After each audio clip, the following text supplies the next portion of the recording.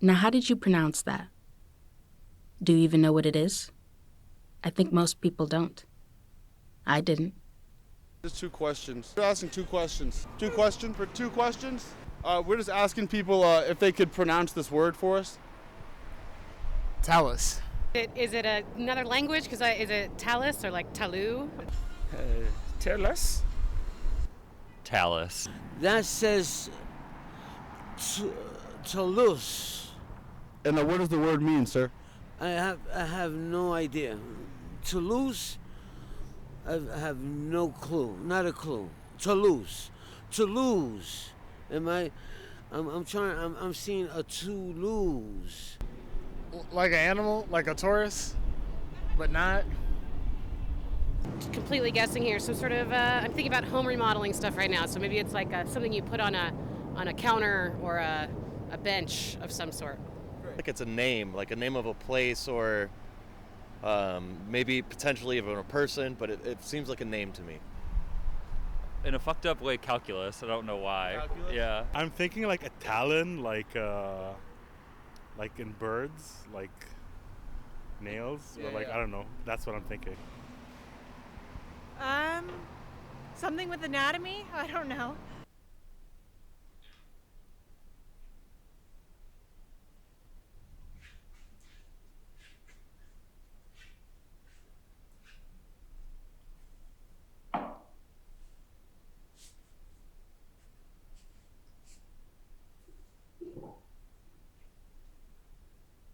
Talus. Noun. The Oxford Dictionary defines this word as the ankle bone, or astragalus, also applied to the analogous part in birds and insects.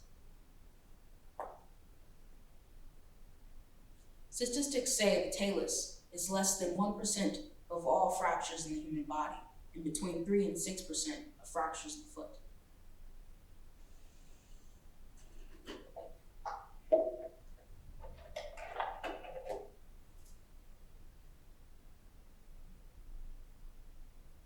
This is the talus, the bone in your ankle that supports your weight and aids in your ankle's mobility. 8 to 9 months ago, I wouldn't have known that, but that was then. And this is how I found out.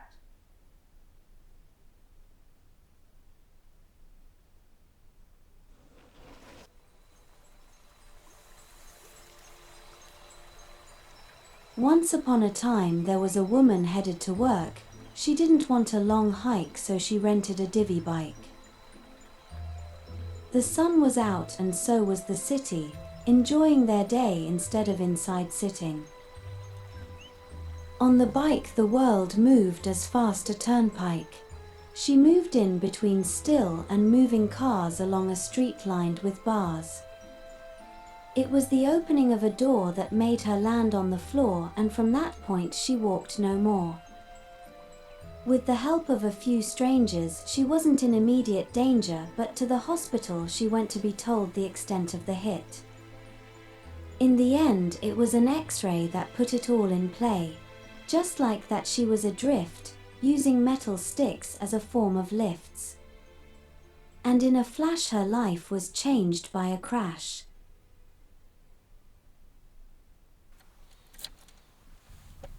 Everything had changed in an instant. It was reminiscent of an out-of-body experience. I was put in a position where my best option for receiving care from doctors and family was to leave my chosen home in Chicago and stay in Detroit at my grandmother's house. After hearing about the accident, what were your first thoughts? I kind of panicked because, you're like one of my children, and I was like, she's down here by herself, and who's down there? I asked a million questions from your grandma, and I just was scared, and I just was like, I wanted to get to you, and that was my first thing, was to get to you. If I had known about it over the weekend, I would have been down there sooner. But I didn't hear about it until really that Tuesday.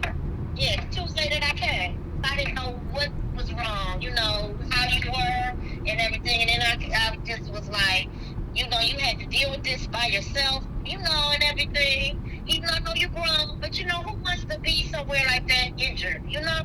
Yeah, I was really, it just had me feeling some type of way.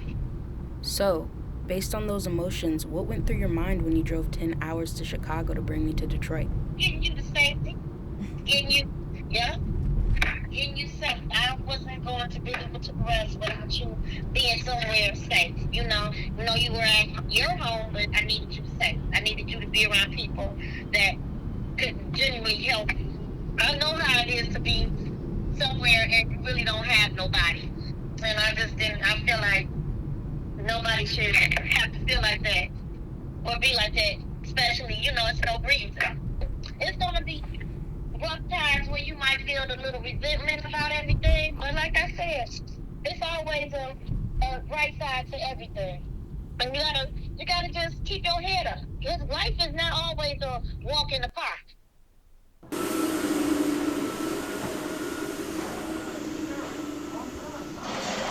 Dr. Bernard Perlman, 3387. Dr. Bernard Perlman, 3387. I remember the moment it was clear that my injury was worse than expected. I thought a cast for a few months and I'd be back to finishing off the classes I needed to graduate by fall. But it was the first orthopedic surgeon to see me that changed that. His first words to me: "You did a bad thing."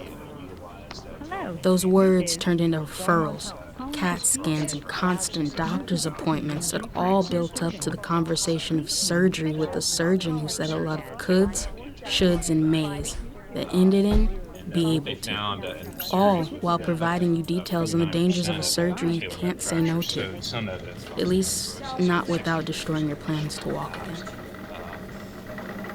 When the day came, I was full of dread, anxious about what could happen to me, what would happen to my foot. Everything was so unclear about the difficulty of recovery and the long-term effects. All I knew was the ankle was broken, and without surgery, I would never be able to walk normally. Thing is, they don't really explain how surgery could have the same outcome.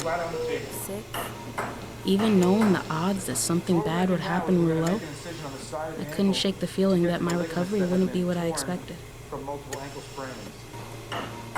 We're raising a flap of tissue here.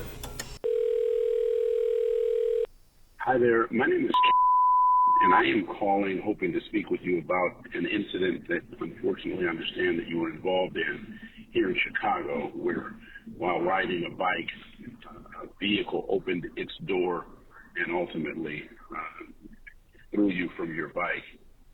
Wanted to touch base with you and talk to you when convenient for you. I'm certainly interested in trying to see if we can help. My telephone number is 312.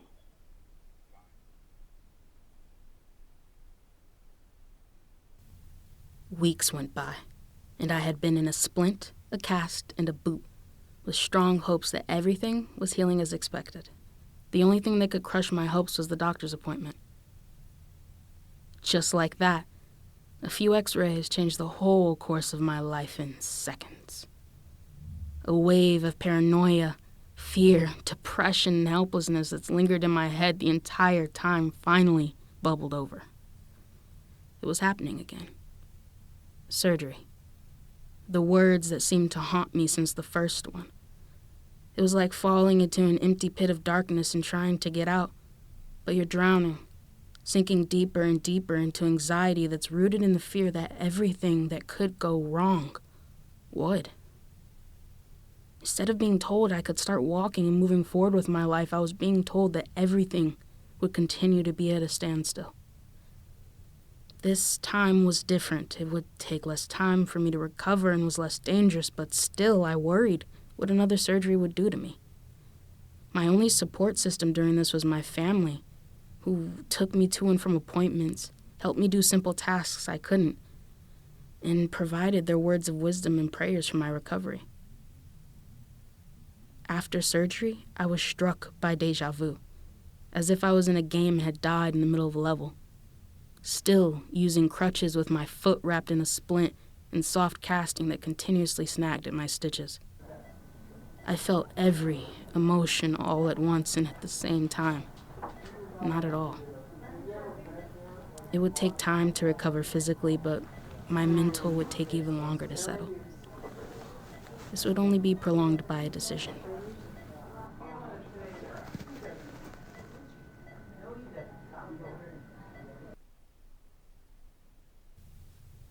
A little over 3 months had passed since arriving at my grandmother's doorstep, and even though I appreciated their care, I felt I had overstayed my welcome.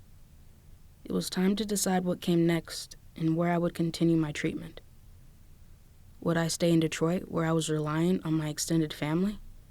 Possibly return to Chicago on an injured foot to finish my degree and follow my career plans?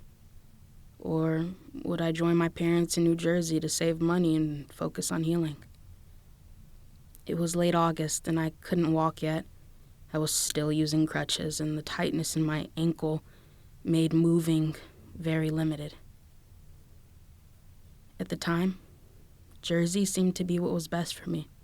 So my next stop was the great armpit of New York, my final destination on this long and unexpected journey. But it's there I would heal and take my second first steps, where I would climb a flight of stairs without help, the place my physical therapist would push me past points of comfort and pain in hopes of more mobility. This journey would not end in Jersey, but rather start again. My experience began as a state of confusion and disappointment and evolved into a chance to appreciate those around me, my life itself, and even what's to come. We stop our tale of woman and Talus here, a story of crime, tragedy, and quests whose end are barely near. Even her time in Jersey would not bring this to a close, but when it comes to an injury, that's just how it goes. She wouldn't let these events hold her back. They would become memories of hardships that are added to the stack. With time and patience, she would learn to move on, to take this setback and look forward to a new dawn.